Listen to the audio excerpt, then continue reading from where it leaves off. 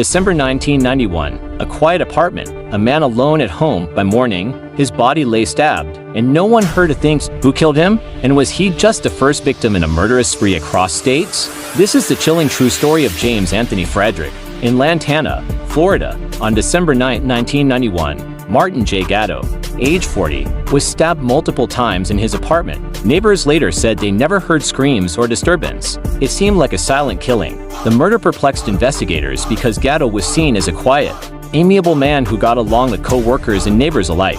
Fast forward to August 22, 1992, Rita Embado, 45, and her daughter Lisa Embado, 20, were found murdered in their Lantana apartment. Both women were bound, partially nude, and had signs of sexual assault. Interestingly, most valuables remained untouched, a clue that this was not a simple robbery. The only obvious missing item was Lisa's car, a black Honda CRX, which was later found near a warehouse. The fact that no forced entry signs were obvious made investigators suspect the killer might have had access or familiarity. Frederick already had a long criminal history, arrests for arson, resisting arrest, and drug offenses.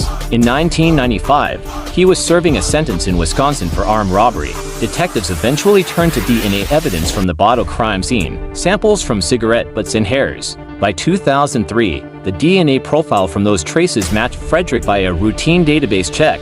With strong DNA linkage, he was indicted for the Bottle murders: murder, kidnapping, burglary, sexual battery. In October 2006, Frederick's DNA was also matched to the Gatto murder, the first case from 1991, though he was already serving life sentences. Authorities considered him responsible for the Gatto slaying too.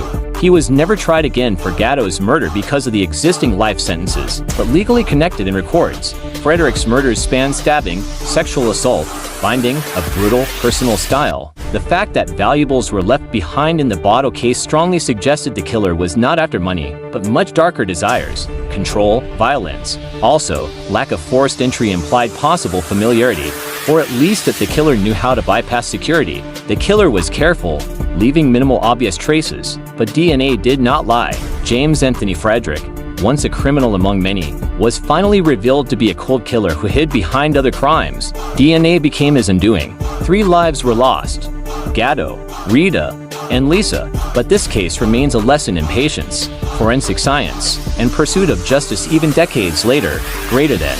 If you love this story, hit like, subscribe, and tell me in the comments which part shocked you most. I'll see you in the next case.